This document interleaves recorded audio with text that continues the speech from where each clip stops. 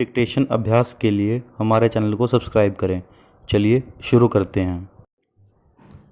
रामधारी गुप्ता खंड 1 प्रतिलेखन संख्या 10 रेडी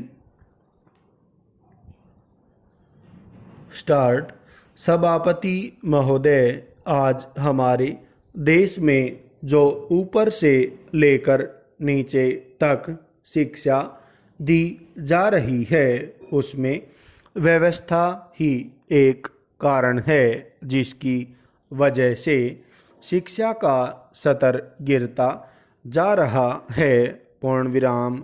मेरा अपना विचार है कि जो शिक्षा प्रणाली है और जिस रूप में शिक्षा दी जा रही है वही अनुशासनहीनता का भी कारण है। पूर्ण विराम।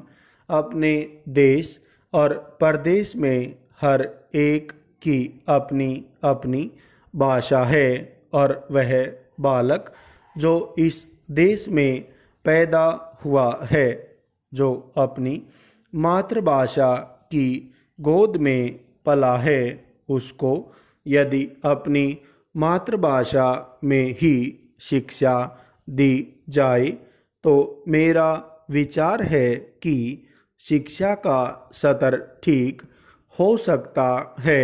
पूर्ण विराम। जो सबसे बड़ी भूल और कमी सरकार के द्वारा दी जाने वाली शिक्षा के संबंध में हो रही है वह यह है कि बालक की मातृभाषा में शिक्षा न देकर उसको उस भाषा में शिक्षा देने की व्यवस्था की गई है जो हमारे देश या प्रदेश की भाषा कभी रही ही नहीं।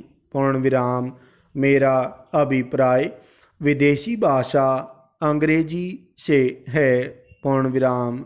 मैं यह मानकर चलता हूँ कि जब से यह भाषा इस देश में आई है, चाहे वह किसी कारण से आई हो, इसे आप भी और इस माननीय सदन के सदस्य भी जानते हैं कि उससे बुरे परिणाम ही निकले हैं।